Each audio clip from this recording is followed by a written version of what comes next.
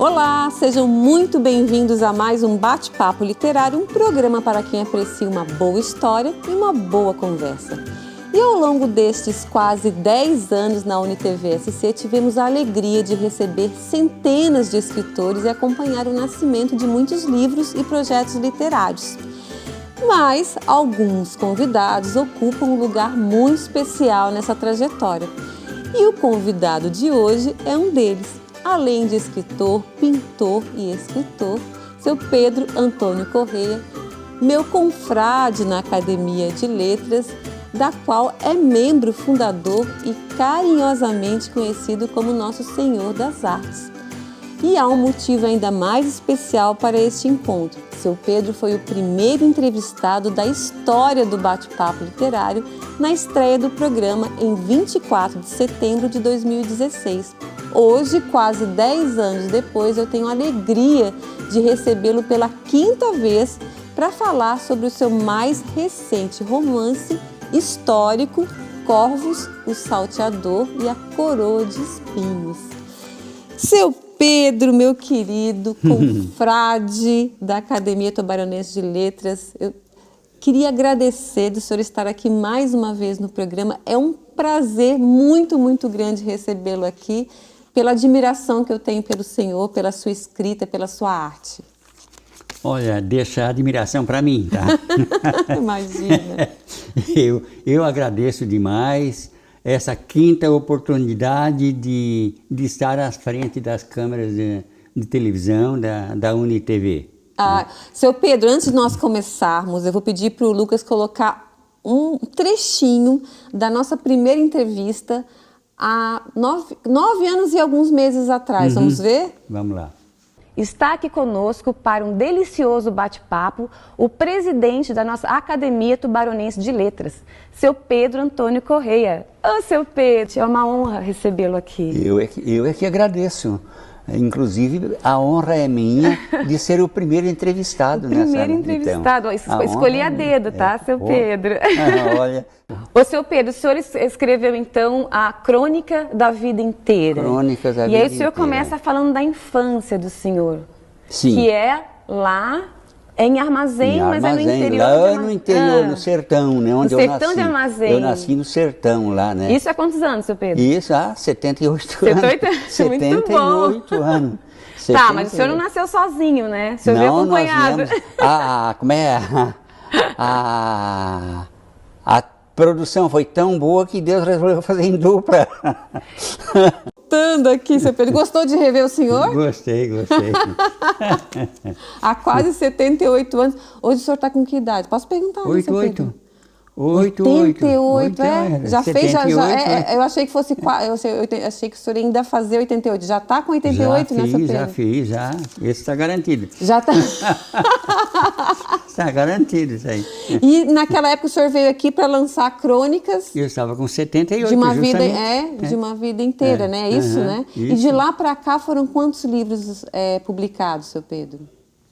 De lá para cá foi publicado. Vamos mostrar, deixa eu ver. Esse aqui, Cortina Negra. Isso. Lembro, crime no crematório, muito bom, um suspense policial, assim, né, seu Pedro? Náufrago do Tempo, que é Os Lusíadas de Camões transcrito em prosa e comentado. Para facilitar a leitura, né, que nem sempre a gente consegue fazer nele original. O objetivo de ter feito esse trabalho, cansativo inclusive, né? Eu imagino. Foi resgatar do fundo do oceano do tempo os Lusíadas tão esquecidos, né, que é o monumento literário ímpar da literatura brasileira, da literatura portuguesa, né? E que é esquecido porque é difícil a leitura. E também trazer para essas gerações, né, seu Pedro? Embora eu tenha mantido na prosa a mesma linguagem do autor, para não desconfigurar, vamos dizer assim, né, a escrita. Depois desse aí, foi o Filho de Pilatos, né? Que na verdade vamos dizer assim, é o primeiro volume desse aqui, né? É uma Fale um pouquinho para isso aqui. como é que se diz? Trilogia, duologia, né, seu Pedro? Seu Pedro, conta pra gente um pouquinho então desse aqui, porque depois a gente vem para o pessoal entender o segundo, do filho do Pilatos. O objetivo do filho de Pilatos, e desse aqui também, eu acho que é uma forma de meu apostolado católico, entende? Eu coloco ali ao longo da narrativa de ficção, eu coloco muitas verdades da Igreja Católica, né?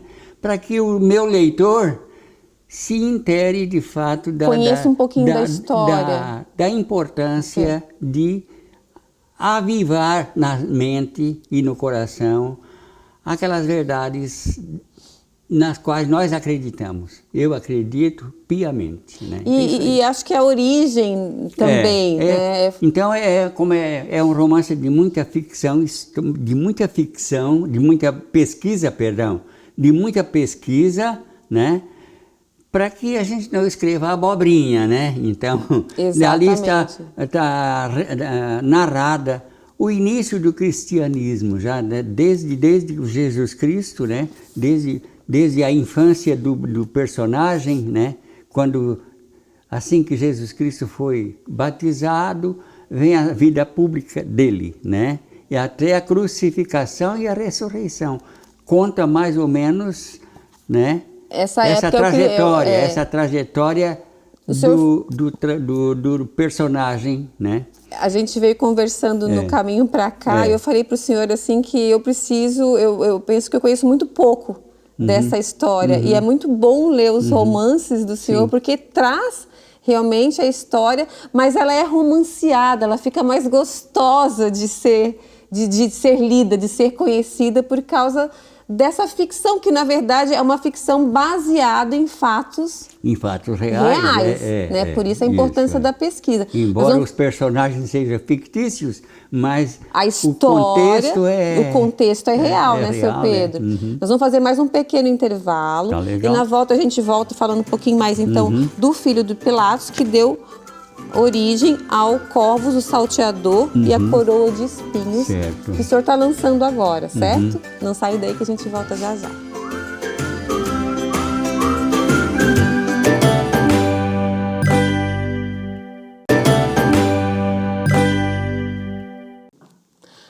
Olá, estamos de volta com Bate-Papo Literário e hoje conversando com meu querido confrade Pedro Antônio Correia sobre o romance Corvus, o Salteador e a Coroa de Espinhos, uma obra que une pesquisa histórica, aventura, espiritualidade e reflexão humana. Mas antes de continuarmos, nós vamos assistir ao vídeo da gráfica editora Copiarte, nossa parceira, que há quase 40 anos transforma palavras em livros e histórias em legado. A Copiarte nasceu em 1987 e desde então cresce junto com a evolução do mercado gráfico. Com quase 40 anos de história, se tornou referência no mercado editorial, unindo tecnologia, qualidade e atendimento personalizado. Mais do que imprimir livros, ajudamos a transformar ideias em páginas que inspiram e emocionam. Hoje, somos parceiros de editoras, instituições e autores individuais, oferecendo uma experiência completa em cada etapa da produção gráfica. Copiarte. Palavras que ganham vida, impressões que duram gerações. Seu Pedro, voltando então, vamos começar então um pouquinho falando do filho de Pilatos. Esse aqui o senhor lançou quando? Foi ano passado? Foi no início do ano passado. No início do ano passado. Início do ano passado, né? Que na verdade o Pilatos aqui é Pôncio Pilatos? É o Pôncio Pilatos. É o Pôncio Pilatos, né? É o que lavou as mãos. O que lavou as mãos. Mas na minha concepção ele se converteu depois, de acordo com a narrativa, né? Tornou-se um cristão também. Conta um pouquinho para as pessoas que não conhecem muito dessa história, né? De Cristo, do nascimento. Você definiu muito bem em 3 palavras.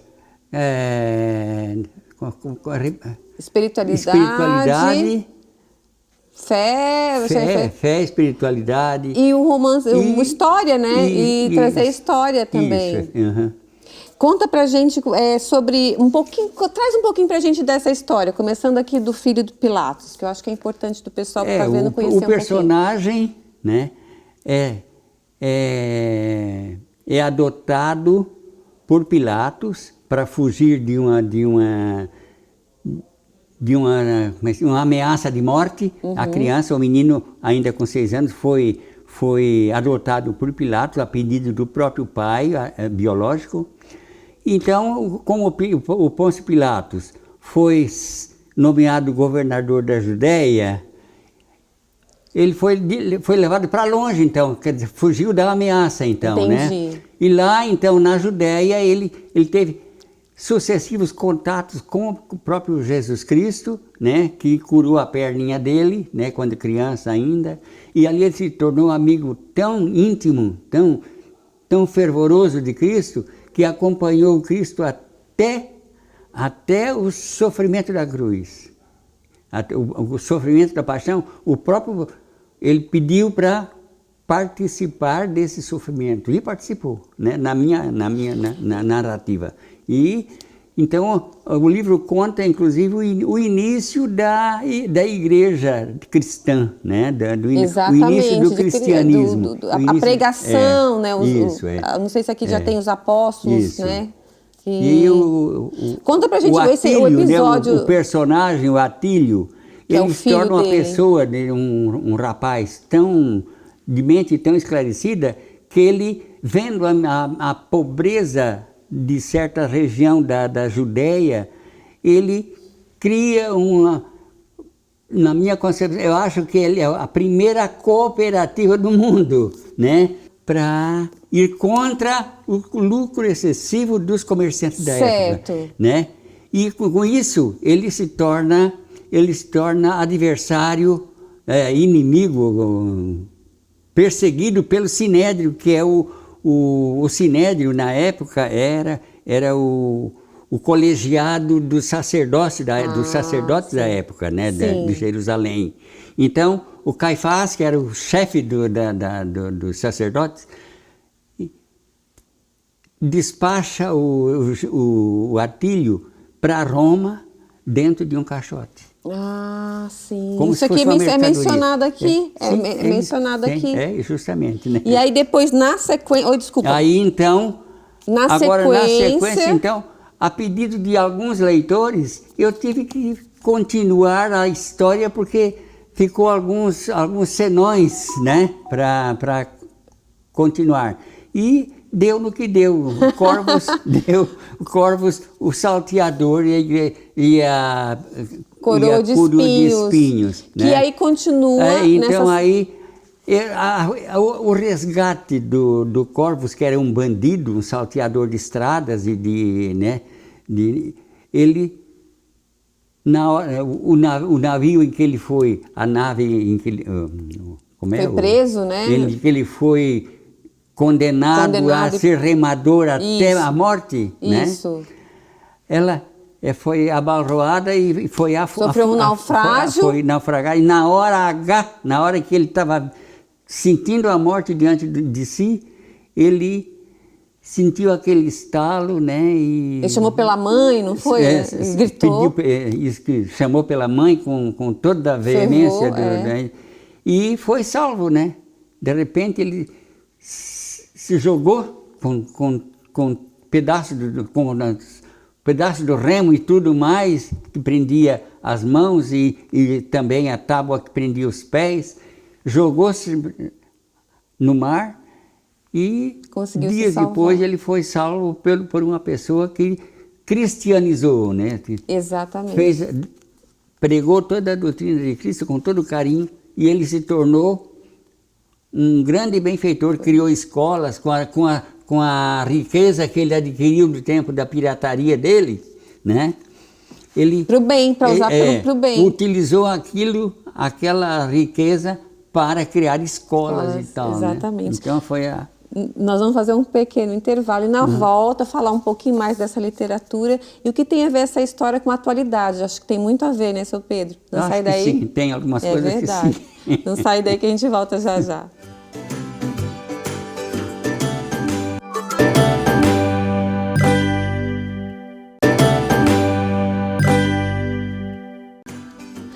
Olá, Olá, estamos de volta com o Bate-Papo Literário e hoje conversando com o seu Pedro Antônio Correia sobre literatura histórica, os primeiros tempos do cristianismo e a trajetória de personagens que nos mostram que a transformação humana ainda é possível. Mas antes de continuarmos, nós vamos conferir mais uma edição do nosso tradicional Book in View com as sugestões de leitura da nossa parceira Vitelli Publisher.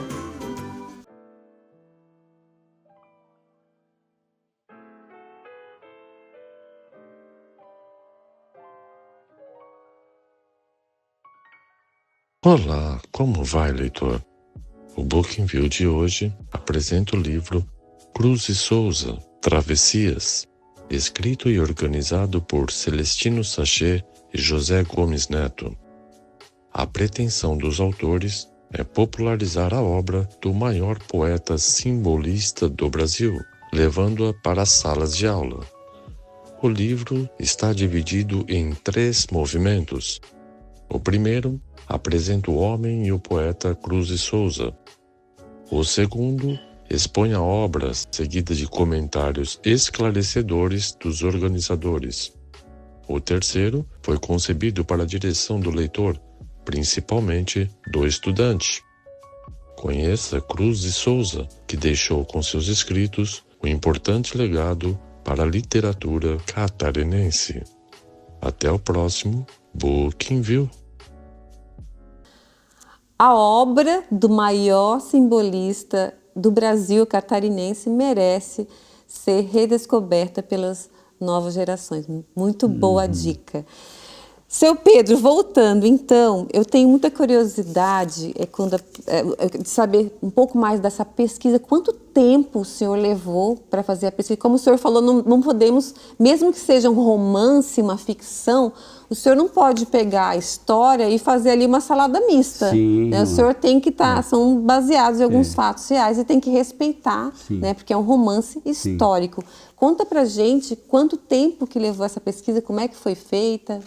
Olha, se fosse em épocas passadas em que não houvesse ainda o celular, o Google, eu acho que seria uma pesquisa para levar anos inteiros, entende? Sem dúvida. Mas eu acho que eu não levei mais de 2 meses através do celular. Aquilo é uma fonte rápida de pesquisa, né? Exatamente. Então, eu acho que uns 2 meses de pesquisa. Mas é uma excelente ferramenta. Sim, justamente a gente tem que usar essas saber usar as ferramentas a nosso favor, né? Então, não para forjar, mas para criar, né, Pedro? Eu ultimamente tenho usado o celular mais para pesquisar. Eu também uso muito. Né, para não escrever abobrinha, porque quem é o autor que escreve abobrinha desmerece a obra, né? Exatamente. Ele próprio destrói a própria obra. Destrói a própria obra. E então, como é que foi para o senhor recriar, criar esses personagens, o cotidiano da época? É tão legal porque a gente entra e mergulha naquela história, né? Acho que um pouco... Eu li muitos outros romances anteriores dessa época, né? Porque existe uma coleção, os grandes romances do cristianismo. Deve ter uns 20 tantos livros, e eu li quase todos eles, né? Então a sua bagagem também de leitura é muito importante. A minha bagagem é justamente dessas leituras que eu fiz, né? E como é que o senhor ali nessa criação consegue equilibrar a ficção, né, com a história, com os fatos reais? Assim, é uma coisa que sai naturalmente? Praticamente sai naturalmente. Parece que o Espírito Santo me ilumina. Eu acredito. Eu acho que há uma luz do Espírito Santo aí. Porque eu tomo isso aí, essa minha atividade, quase como eu te falei antes, como um apostolado, né? Uma forma de reavivar na mente dos meus leitores das novas gerações, né, seu Pedro?